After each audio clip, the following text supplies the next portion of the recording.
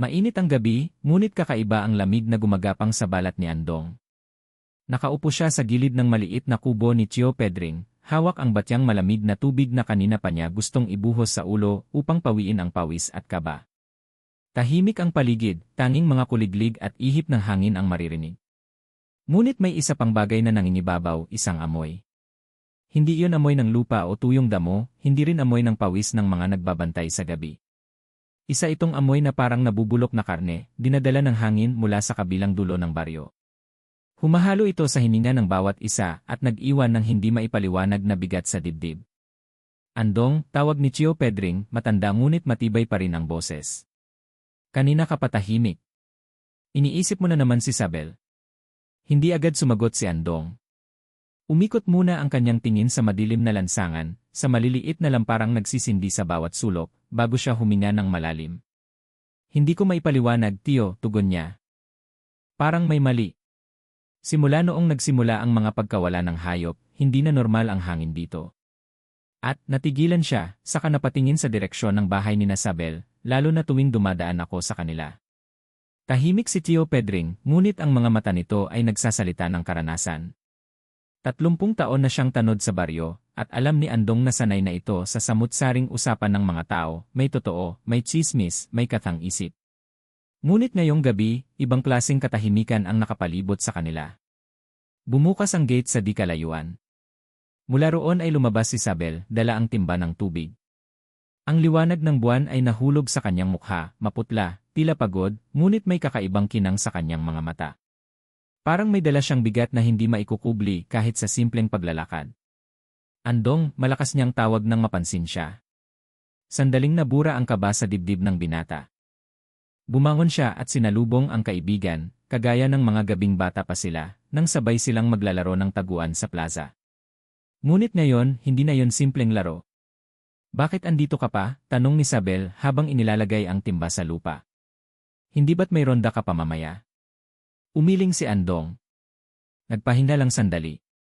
Pero ikaw, bakit gabi ka na nag-igib? Alam mo naman, usap-usapan na may kung anong gumagala kapag ganitong oras. Saglit na nanahimik si Sabel. Dumapo ang titig niya sa lupa, saka siya muling nagsalita, mahina at may halong kaba. Hindi naman ako natatakot. Mas natatakot ako kapag sa bahay lang ako nakaupo. Napakunot ang noo ni Andong. Bakit naman? Tumingin si Sabel diretso sa kanya. Hindi mo ba naamoy? Kahit ako, hindi ko na rin maalis sa ilong ko.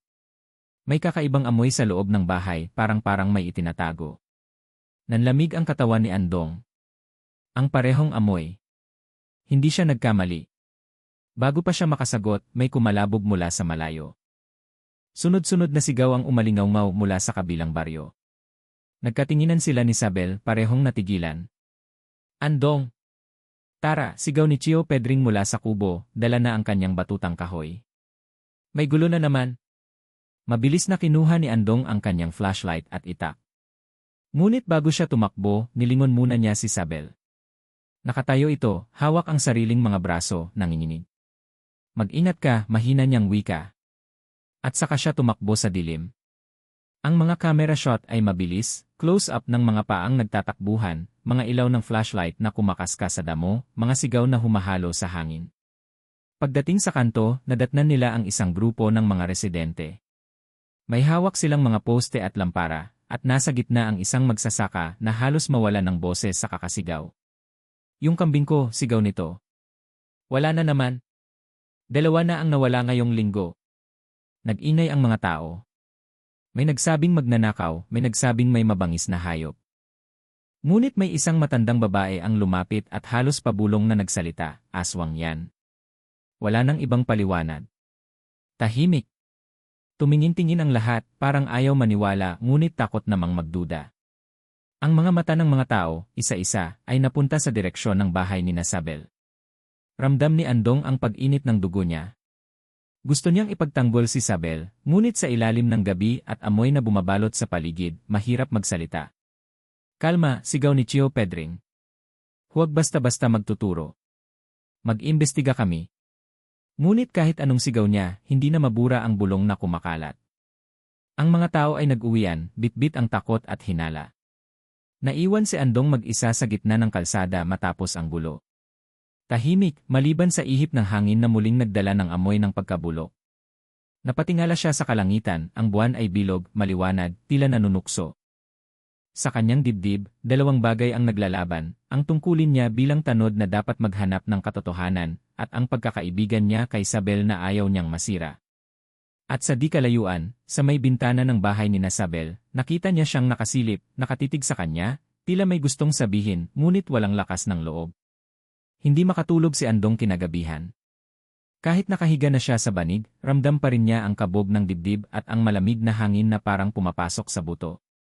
Sa labas ng bintana, rinig ang mga tahol ng aso, at sa bawat paghinto ng kanilang pagtahol, tila may sumisingit na katahimikang mas nakakatakot pa kaysa sa ingay.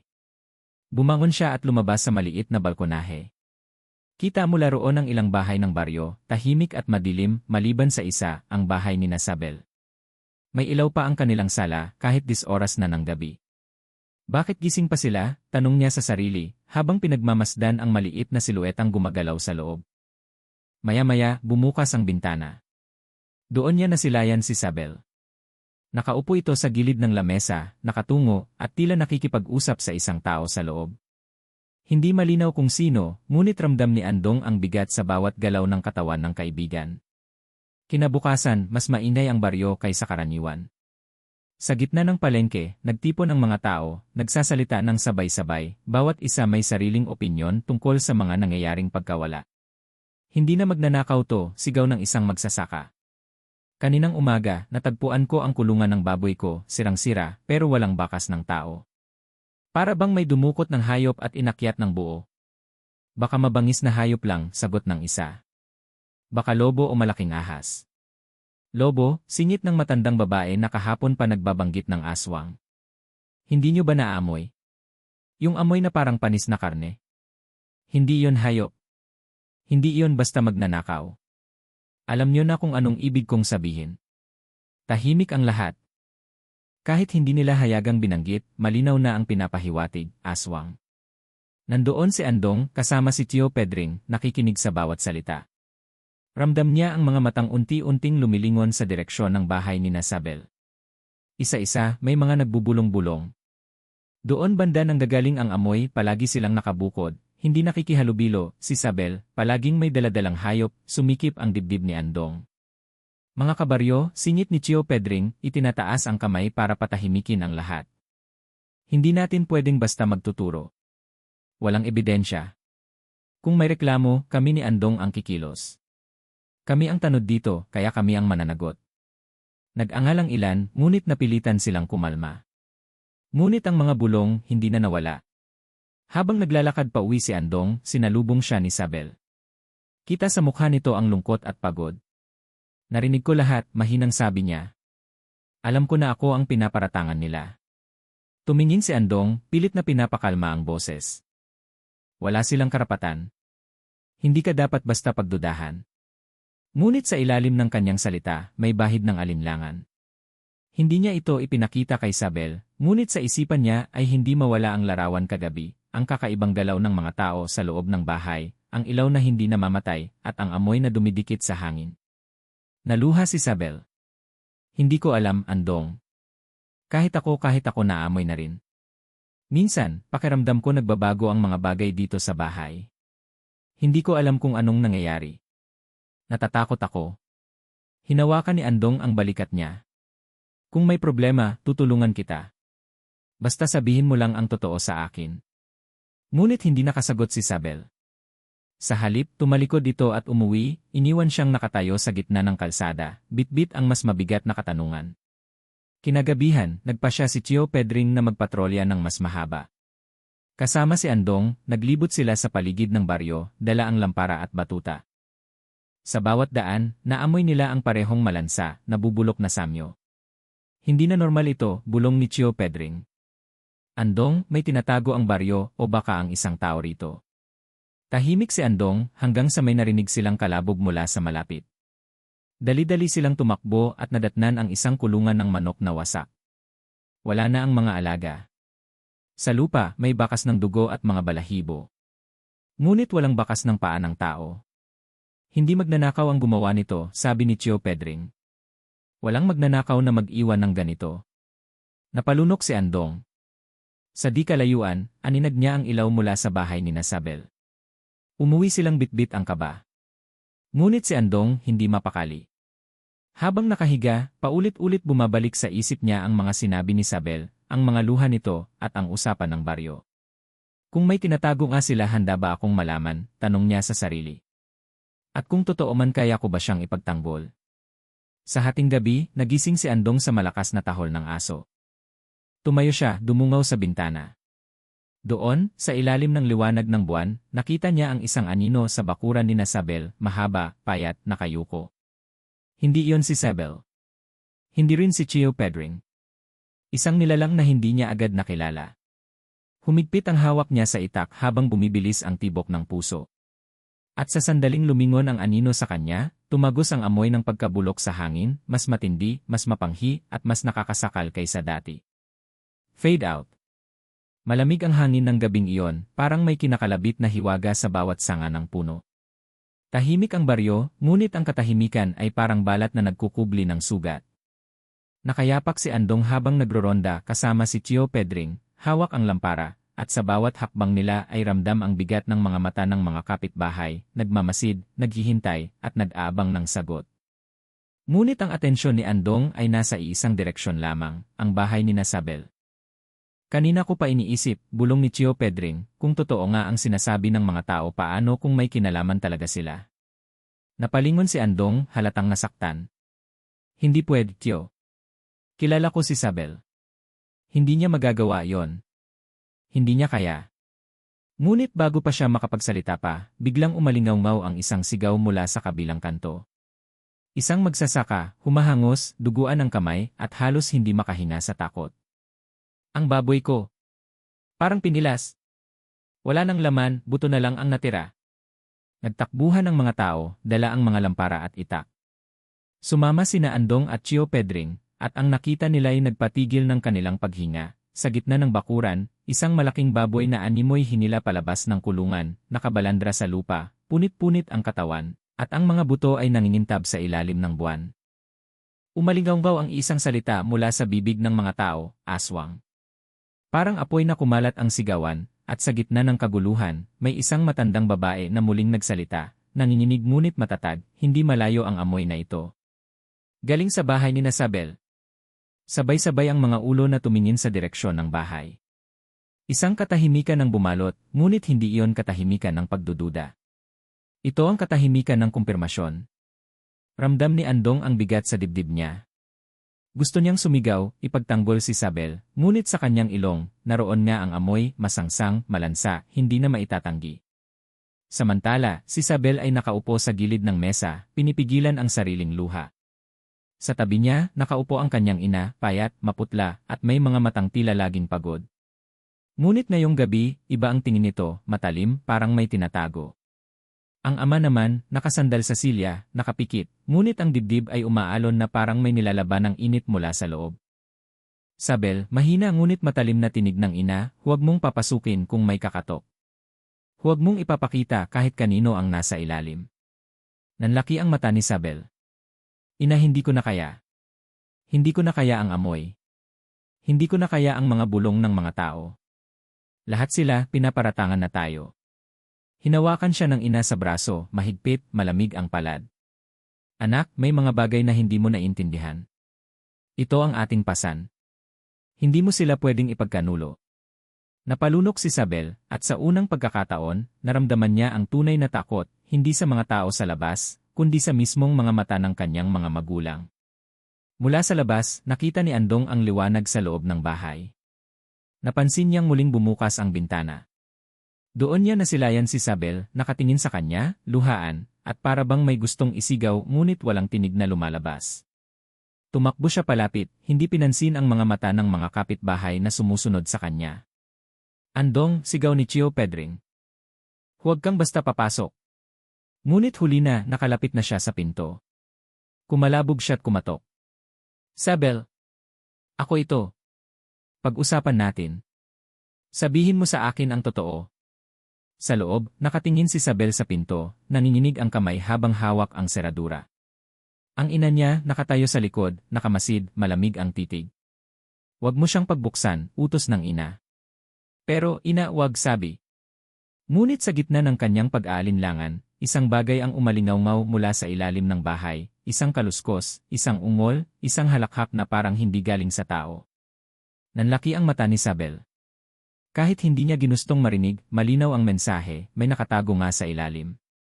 Biglang bumukas ang pinto, hindi dahil sa kanya, kundi dahil sa bigat ng loob ni Isabel. Humarap siya kay Andong, luhaan. "Andong, tulungan mo ako." Sa likod niya, narinig nila ang galit na tinig ng kanyang ina, "Wala kang karapatan, Isabel. Huwag mong dadalhin ang dayo sa ating lihim." Ngunit huli na. Pumasok si Andong, at kasabay ng kanyang pagpasok ay dumapo sa kanyang ilong ang pinakamasangsang na amoy na naranasan niya sa buong buhay niya. Luminga siya, at doon niya nakita, isang pinto sa sahig, bahagyang nakabukas, at mula roon ay lumalabas ang amoy ng pagkabulok at dugo. "Diyos ko," bulong niya. Humakbang siya palapit, hawak ang lampara, habang si Isabel ay umiiyak sa kanyang tabi.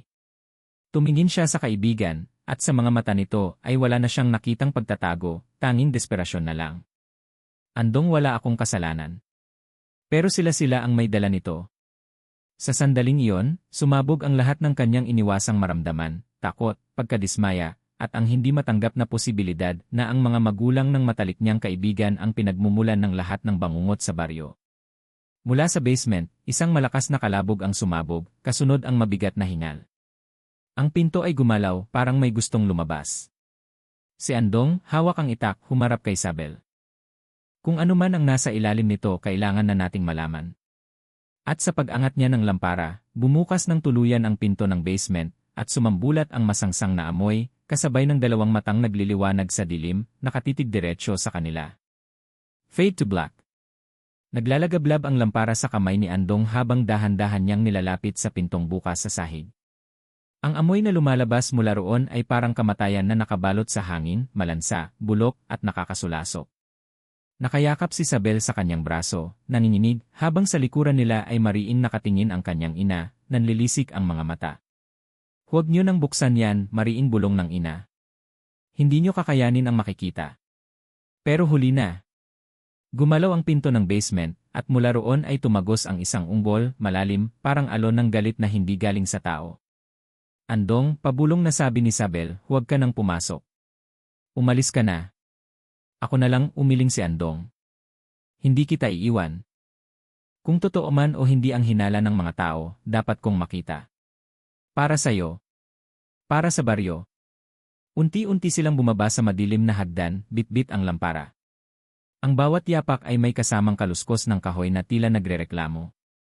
Sa bawat hakbang, palakas ng palakas ang amoy, parang kinukuyom ang kanilang sikmura. Sa dulo ng hagdan, bumungad ang isang silid na madilim, maliban sa ilang sinag ng buwan na pumapasok sa maliliit na butas ng dingding. Sa sahig, nakakalat ang mga buto ng hayop, manok, kambing, baboy, pati mga balat at pakpak na natuyo na sa dugo. Napasinghat si Andong, natigilan sa nakita. "Diyos ko," bulong niya. Ngunit hindi doon nagtapos. Sa pinakakanto ng silid, may dalawang figura. Mga payat na katawan, halos nakadapa, nanginginig na parang may kinakalaban sa loob ng sarili. Mga mata nilang dilat, nangingintab sa pula, at ang balat ay parang natutuklap. "Isabel," mahinang tawag ng lalaki. Ito ang kanyang ama. "Tulungan mo kami," nanlaki ang mata ng dalaga, na paatras. "Tay. Nay. Anong nangyayari sa inyo?" Ngunit bago pa sila makalapit, isang kakaibang anyo ang gumalaw mula sa dilim, mahahabang daliri, matatalim na kuko, at mga ngiping animoy sa hayop. Tumitig ito kay Andong, at sa sandaling iyon, ramdam niya ang isang nakamamatay na tanong, kaibigan pa ba niya ang pamilya ni Isabel, o halimaw na ang kaharap nila? Humakbang si Andong, hawak ang itak. Nanginginig ang kamay niya. "Isabel, kailangan nating umalis. Ngayon na." Umiling si Isabel, luhaan. "Hindi ko sila kayang iwan, Andong.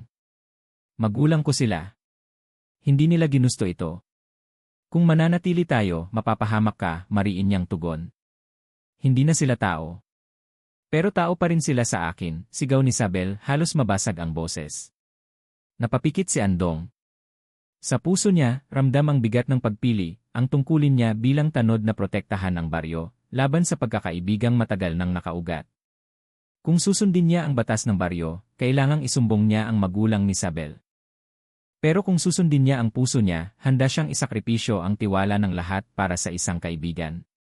Bago pa siya makapagdesisyon, biglang bumukas ang pinto sa itaas ng basement.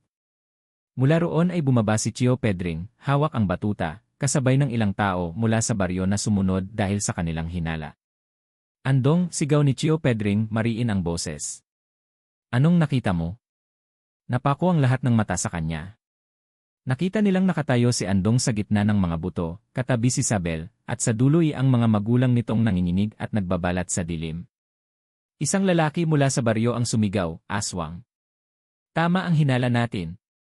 Sumunod ang mga bulyaw ng tao, bumaba ang ilan dala ang mga patalim at apoy. Nagpapanik si Isabel, yumakap kay Andong. Huwag mong hayaang saktan nila ang mga magulang ko. Pakiusap. At sa gitna ng kaguluhan, isang boses ang dumating mula sa itaas. Malamig, otoridad, puno ng galit na hindi matago, walang pagtatalo. Alam na natin ang totoo. Si Kapitana. Nakatayo sa bungad ng hagdan, hawak ang lampara, at nakatingin ng tuwid sa magulang ni Isabel.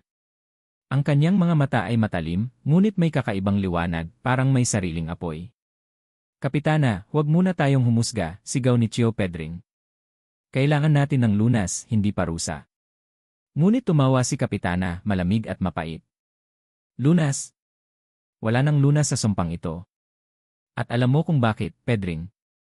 Dahil ang pamilyang yan sila mismo ang dahilan ng sumpa ko. Naguluhan si Andong. Ano nang ibig niyong sabihin? Tumingin si Kapitana kay Isabel, puno ng hinanakit. Ang ama mo, Isabel siya ang sumira sa akin. Matagal ko nang hinihintay ang gabing ito. At ngayon, oras na para tapusin ang lahat. Nang inig si Isabel, bumaling kay Andong. Hindi totoo yan. Hindi ko alam kung ano ang ibig niyang sabihin. Ngunit si Andong, napatingin sa mga magulang ni Isabel, mga matang pulang-pula, mga bibig na puno ng dugo, at sa likod ng lahat ng takot at galit, may bahid ng hiya at pagsisisi. Anak, mahina ang boses ng kanyang ina, bago sumubsob sa lupa. Kasalanan namin. Kaya kanila isinusumpa. Lalong bumigat ang hangin. Ang mga tao ay handa ng manugod, at si Kapitana ay tila hayok sa paghihiganti. At si Andong, nasa gitna, pinipigan ng dalawang mundo, ang tungkulin niyang protektahan ang baryo, at ang pangakong hindi niya iiwan ang kaibigan. Nag-angat ng kamay si Kapitana, parang handang mag-utos ng pag-atake.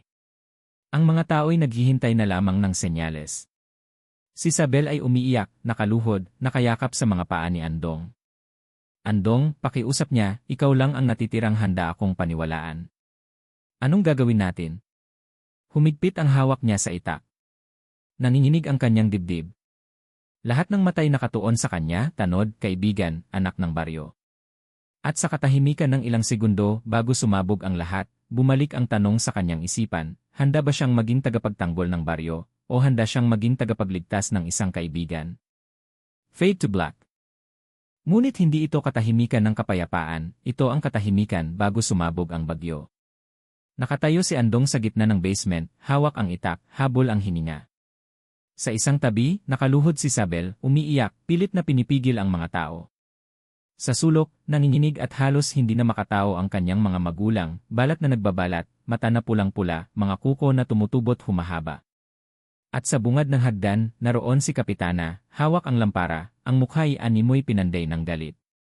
Ang mga tao sa likuran niya ay nakataas ang mga itak at lampara, handang sumugod anumang oras. Andong, mariin ang kanyang tinig, bitawan mo na ang kaibigan mo. Alam mong tama ang baryo. Hindi ito oras ng awa. Oras na para tapusin. Umiling si Andong. Hindi ko pwedeng pabayaan si Isabel. Hindi ko pwedeng pabayaan na kayo ang magpasya habang buhay pa sila. Buhay, tumawa si Kapitana, mapait, malalim, parang may kasamang halakhak ng multo. Buhay pa. Hindi mo ba nakikita? Mga halimaw na sila. Katulad ng ama niya, ang taong sumira sa akin, nagdulot ng sumpa sa pamilya ko. Matagal na akong naghihintay para makaganti. Ngayon, nandito na ang oras. Nanlaki ang mata ni Isabel. Anong sinasabi mo? Anong ginawa ng tatay ko sa'yo? Tumingin si Kapitana diretso sa kanya, nagngangalit. Ang tatay mo siya ang nagbenta ng kaluluwa niya sa dilim, at ako ang ginawang sakripisyo. Ako ang iniwanang may sumpa, ako ang tinanggihan ng buong baryo. At ngayong gabi, ako ang magwawaka sa inyo. Habang sinasabi ito, unti-unting nag-iba ang anyo ni Kapitana. Ang balat niya ay nagdilim, ang mga mata ay kumislap na pula, at ang kanyang bibig ay naglabas ng mga pangil na mahaba, matalim, at kumikislap sa ilalim ng lampara. Umalinggaw ang mga bulong ng mga tao. Ang ilan umatras. Ang iba natulala. Aswang may pabulong na nagmula sa likuran. Nanginginig si Andong. Sa harap niya, dalawang mukha ng bangungot, ang mga magulang ni Sabel na unti-unting nagiging halimaw, at ang kapitanang pinaniniwalaan nilang tagapagtanggol, ngayon ay nagpamalas ng sariling sumpa. Huwag kang malito, Andong, bulong ni Kapitana, kahit habol ang hininga, kahit nag-iba na ang anyo. Kung papatay natin sila, matatapos ang lahat. Isang hiwa lang ng iyong itak. Isa lang. At ligtas ang baryo. Tumulo ang pawis sa noo niya. Sa kabilang gilid, humahagulhol si Sabel, yakap-yakap ang kanyang ina. Andong, huwag. Hindi sila pinili maging ganito. Biktima sila, tulad ko. Kung papatayin mo sila, pati ako mawawala. Humigpit ang hawak ni Andong sa itak. Ang bigat nito ay parang bigat ng buong baryo sa kanyang kamay. Sa isip niya ay naglalaro ang mga tanong, kung pipiliin niya ang baryo, magtatapos ang sumpa, ngunit mawawala ang kanyang kaibigan, at mawawala rin ang isang bahagi ng sarili niyang puso. Kung pipiliin niya si Sabel, ipapahamak niya ang lahat, at baka tuluyang malugmok sa dilim ang baryo. Ang lahat ay naghihintay sa kanyang galaw. Huminga siya ng malalim at sa wakas ay nagsalita. Kung pareho kayong biktima ng sumpa, hindi na dugo ang solusyon, kundi tapang. Sumugod si Kapitana, sumisigaw, mga kukoy mahaba, matay nagliliyab. Walang lunas, Andong. Walang awa.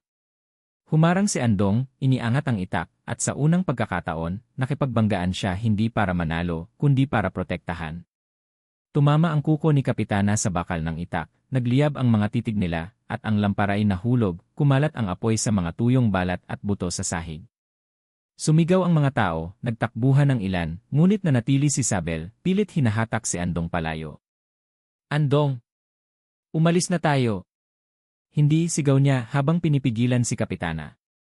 Kung tatakbo tayo, walang magbabago. Kailangan natin siyang pigilan ngayon. Habang naglalaban, biglang bumagsak ang ama ni Sabel sa gitna ng basement, duguan, nanginginig. Sa huling lakas nito, nagsalita, Kapitana, hindi ako ang may sala. Ang sumpa ikaw ang nagdala. Hindi ko pinili ang dilim. Ikaw ang humiling ng kapangyarihan, at tayong lahat ang binayaran. Napahinto si Kapitana, nanginginig ang mga mata. Hindi totoo yan. Hindi ako ang pumili, ngunit ang katawan niya ay lalo pang nag-iba, mas mabilis, mas marahas, mas halimaw kaysa tao. At doon, napagtanto ni Andong, wala nang matitirang puwang para sa awa. Sa isang iglap, ginamit ni Andong ang apoy mula sa lampara, hinampas ang paligid ng basement, at nilusob si Kapitana. Tumama ang itak sa kanyang balikat, bumagsak ang halimaw, at ang apoy ay kumalat sa kanyang katawan. Sigaw ng galit at sakit ang umalingaw-ngaw hanggang sa labas ng bahay. Ngunit hindi pa tapos. Habang nagliliyab si Kapitana, dumapo ang kanyang kamay sa braso ni Andong, mahigpit na mahigpit, at sa kanyang huling hininga ay bumulong, hindi mo ako pinatay, Andong, ang sumpa ay buhay pa rin sa baryo. Huwag mong akalaing tapos na ito. At sa huling pag-ikot ng apoy, natupok ang kanyang anyo, iniwan ang abo at usok na kumalat sa hangin. Natigilan ang lahat. Ang mga tao'y nakamasid mula sa hagdan, hindi makapaniwala sa kanilang nakita. Ang leader nilang inaasahan, nagmistulang halimaw. Si Sabel, luhaan, niyakap ang kanyang ina't ama, parehong halos wala ng lakas. Andong, ano nang mangyayari sa kanila? Tinitigan niya ang kaibigan. Hindi ko alam. Pero alam ko na hindi natin sila pwedeng ituring na halimaw lang.